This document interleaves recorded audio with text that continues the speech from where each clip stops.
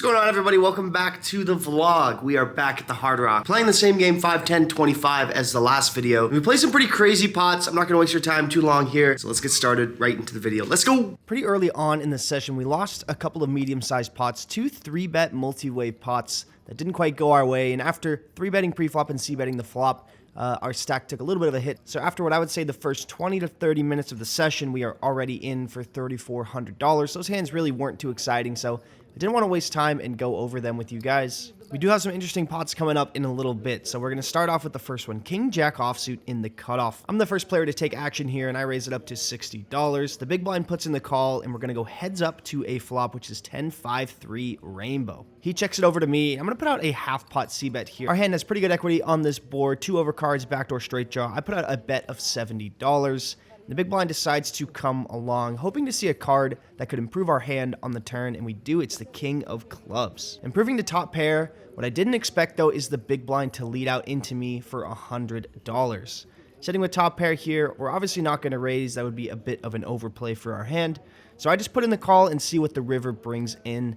The queen of hearts on the river. It's definitely a card that connects the board a little bit more. Jack 9, Ace Jack now have straights. We're obviously beat by some other hands as well, but when he led the turn for $100, I wasn't expecting it, but he decides to keep telling his story on the river and bets out for $325. After taking this line, it seems like this player is pretty recreational. With that being said, he could definitely show up with a hand that he's never really supposed to have here. So definitely this weird line. We could be beat by 2 pair. We could be beat by a set. We also have a jack in our hand blocking both of the straights that are available. And sitting with top pair here, we have a pretty good bluff catcher, blocking obviously the best 2-pair combos. We are going to stick in the call. And I don't know, I just didn't believe him here either. So I put in the call, and sure enough, he shows us the 9-7 offsuit, just 9 high. And he decided to turn his hand into a bluff on the turn. After calling with basically no equity on the flop, we're going to scoop a nice pot here. Like I said, sometimes you just have that random factor. You got to stick the money in with top pair. After that hand, we won 2 pots after 3-betting pre-flop and c-betting the flop, both with ace queen and pocket kings. So a couple nice pots going our way. And then we pick up ace jack offsuit on the button. At this point, I've been pretty card dead for the last little while. So I'm looking to get in the mix here on the button. The middle position player raises to $75. The hijack puts in the call, and the cutoff puts in the call. The action is over to me. Ace jack offsuit facing 3 players in front of me. There's a good amount of dead money out there, and I think we could squeeze, take it down pre-flop, or even just get heads up here. I decided on a sizing of $325. I should probably go a little bit bigger, seeing that there was a raise to $75 and 2 callers. What I didn't expect is for the straddle to cold call. This is a bit of an action player, so I guess we don't really mind getting in the mix with him. But the hijack decides to come along as well, which is a bit interesting. After he called the 75, he wants to come play for 325 as well. So we're going to go in position with 2 players to a flop, which is jack high. Pretty good for us. It's jack 5-5 rainbow. In my mind, I basically have the nuts here. Very unlikely we're going to be up against a hand like aces, kings, or queens. And there's not a lot of hands containing a 5 that either player will really have. So when the action checks over to me, my hand could use a bit of protection. And we can get a lot of value from the hijack, who probably has a lot of pairs in this range, like 10s, 9s, 8s, 7s. So the action checks over to me, and I'm going to bet a third the size of the pot for $300. The player in the straddle puts in the call, which is definitely something I like to see. What I didn't expect either is what the hijack does. He also puts in the call. So I'm a little bit confused to what either player could have here. I don't think the hijack would come along with a hand worse than a jack. So we could be up against a worse top pair, or we could be up against sneaky trips. Who knows, but we're going off to a turn which is the 6 of hearts. Pretty big blank, and the action checks over to me once again, and I'm sitting with top pair. I feel I had the best hand. My hand could use some protection, and we could also maybe get stacks in against a hand like king jack or queen jack. Like I said, the straddle is an action player, so he might just stick it in if he has any jack, and that would be an amazing spot for us. With about a pot-sized bet left in my stack, I decide to ship it all in for $1,900 with what I think is the best hand. I definitely could be balancing this out with a bluff like ace-king or ace-queen of hearts that turn a flush draw and want to bluff here on the turn, repping the overpairs. The action's on the straddle, but he decides to let his cards go. I'm really just hoping not to get like super snapped off by the hijack. And when the action gets over to him, he doesn't look too comfortable. So now we are rooting for the call. We definitely have the best hand, but he decides to put his cards into the muck. And we're going to take this one down regardless, still scooping a nice pot. And I'm pretty happy with the way that I played that one. Moving on to the next hand, we are in the straddle with pocket jacks. This table's been pretty good so far, but I haven't played that many hands, so I'm definitely looking to get into the mix. The middle position player races to $60, and that same action player in the cutoff calls. The big blind calls, and now the action is on me. I'm out of position and facing a raise with 2 calls. I'm going to have to bump it up big here. Hopefully try to isolate, maybe get stacks in with the action player in the cutoff. That would be nice. So I make it $375. Going big, we're out of position. Multiple players in the hand. We have to charge the maximum. The original raiser in the middle position decides to fold, but the player in the cutoff decides to call. The big blind folds, so we're going to go heads up to a flop with this player that we wanted to get in the mix with, but we're out of position with pocket jacks, hoping for a good flop. We don't really get it. It's ace 10 6 with 2 diamonds. Don't love to see the ace out there when you're holding 2 jacks, but this board is typically going to be pretty good for my entire range here, and we could still value bet against some other hands that this player could have. So I put out a small bet of $250. Obviously continuing the hand with a lot of caution, not really our favorite board, but he puts in the call, and the turn card now is the 4 of diamonds. Don't really see any reason to bet. We still beat all of his hands like 10x, pocket 9s, pocket 8s, and we're beat by all the ace-x hands that are just going to call a bet here on the turn. So I decide to slow it down and start with a check here on the turn to see what he does. But luckily for us, he decides to check it back. The river card is a brick, the 6 of hearts, and now the action is on me. We're still beat by a good portion of the hands in our opponent's range. I assume he could definitely have a lot of ace-x hands that he wants to check back on the turn, but I think we still have the winner here some portion of the time. For all those hands I mentioned on the turn, like 10x, pocket 9s, pocket 8s. Also a hand like king, queen, king, jack, queen, jack. So I decided to check it to my opponent here on the river and see what he decides to do. Luckily for us, he checks it back. We show pocket jacks. We're going to win against his king 10 offsuit. So he had one of those hands that we beat. And yeah, lucky for us, we're going to scoop in this pot. I didn't really think it was going to go our way after that flop, but we found a way to win. And now we are moving on to the hand of the night. And this is going to be one that you guys can talk about in the comments. But yeah, let's get started. We have pocket queens in the big blind, $4,800 in our stack. The action player in the cutoff limps, and the button decides to raise to $100. We are out of position to the button and the cutoff, so we are going to bump up the price of poker here. Queens is a pretty good hand, so I make it $400 to go. And the cutoff calls, not the original raiser, but the action player in the cutoff. And this is another spot that we find ourselves in. The button folds, so we're heads up to a flop. Pretty much the exact same scenario as last hand, but instead of pocket jacks, we have pocket queens. Can we find a favorable flop this time and maybe get stacks in with this guy? No, it's ace, king, jack with 2 spades. Not only is there an ace out there, but there's also a king, and it's a pretty disastrous hand here. Although our hand doesn't like this flop, our range is going to absolutely love it. We're going to have all the best hands on this board in the cutoff, who I assume has a pretty wide range here. If we need to blast this one off, we definitely will. It also blocks the nuts, which is queen 10, as well as a strong hand like ace queen. I'm going to start with a small bet here on the flop for $250, pretty much the same as I did last hand. And he's going to stick in the call here. Maybe we can find a bink on the turn, and we do. It's the 10 of hearts. We turn the nuts. That is absolutely amazing. After a treacherous flop, we get the gin card here on the turn against a player who will likely call down with a lot of his hands. When debating on what I should do here on the turn, should I check, should I bet small, or should I bet big? I think check is out of the equation because we just want to build a pot and try to get stacks in. I think betting small is good because it also allows our opponent to spaz out a little bit, do something crazy. If he faces a big bet here on the turn, it might force him to fold a hand like 1 pair, or even 2 pair hand like jack 10. We want to keep a lot of his weakest holdings in there like 1 pair that are drawing dead. Also, like I said, give him a chance to maybe raise and find a bluff here. So we're going to put out a smaller bet of $375. Unfortunately, our opponent doesn't raise, but he doesn't fold either. He's going to stick around to see a river card. The river is a brick, the 6 of hearts, and we still have the nuts.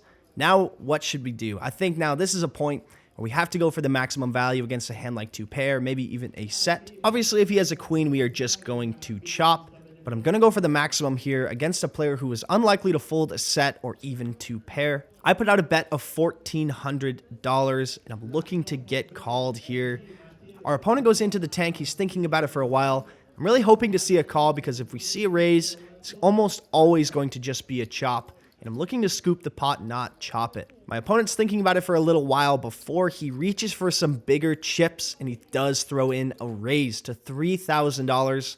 Obviously, we're sitting with the nuts, so we can't be too mad about it. But this is where the hand gets interesting, and this is probably where all of you guys are going to roast me here. I just decided to snap call, and I show that we have the straight, and I assume it's going to be a chop, but he does not.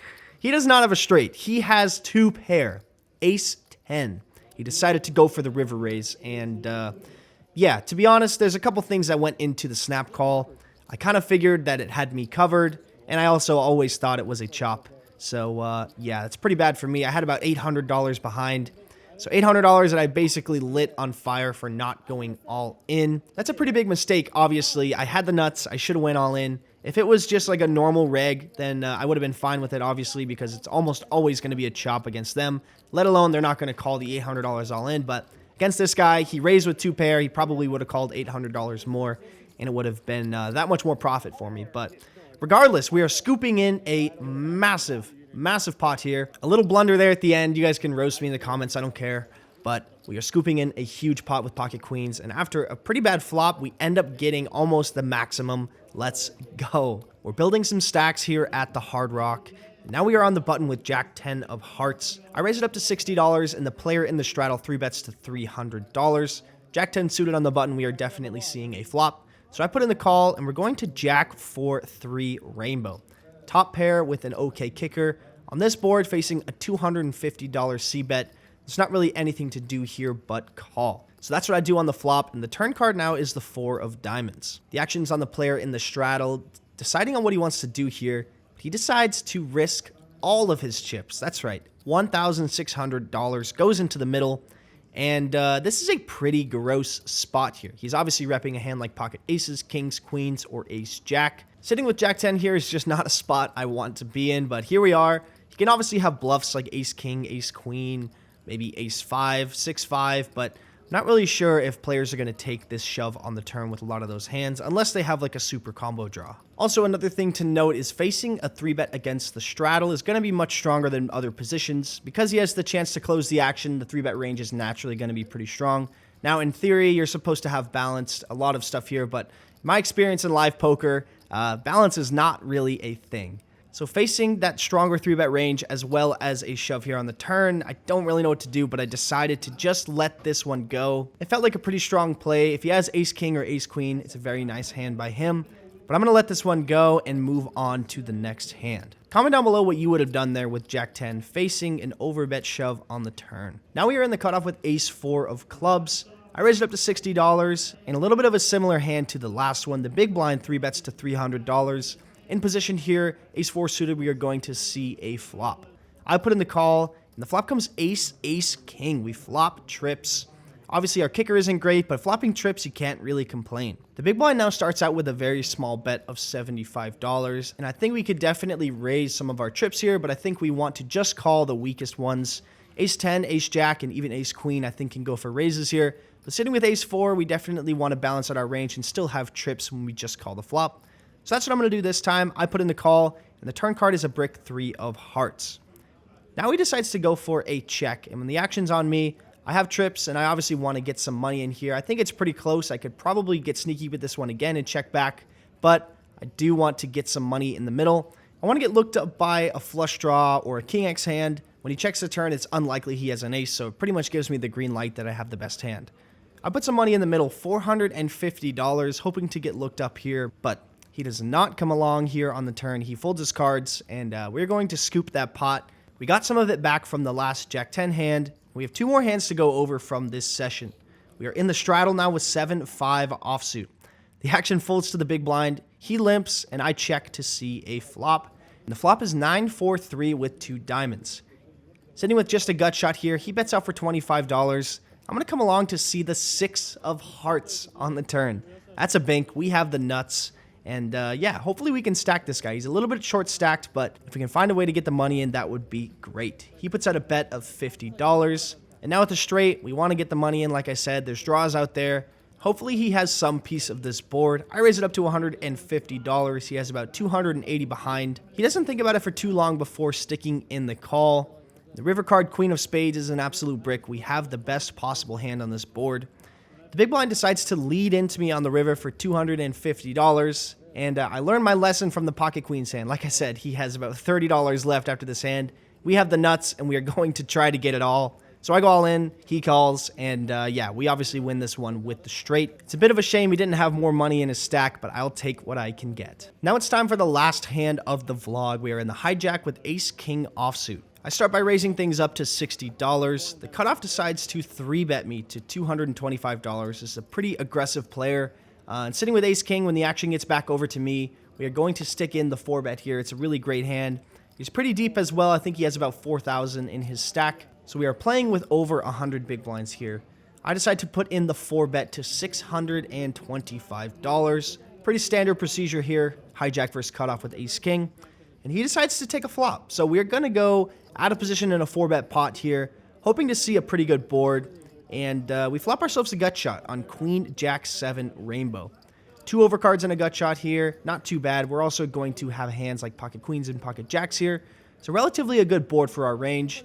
That being said, our opponent can definitely have queens and jacks as well. I'm going to be betting my entire range on this flop. I bet out small for $350, around a quarter size of the pot. If our opponent has a hand like pocket 10s or even pocket 9s, then it's a huge win if he just folds on the flop here. If he calls and we see a card that improves us on the turn, we could win a big one. So I bet out for $350, and he is going to stick around here on the turn. He puts in the call, hoping to see a good card on the turn, but it's not. It's a brick, 4 of spades.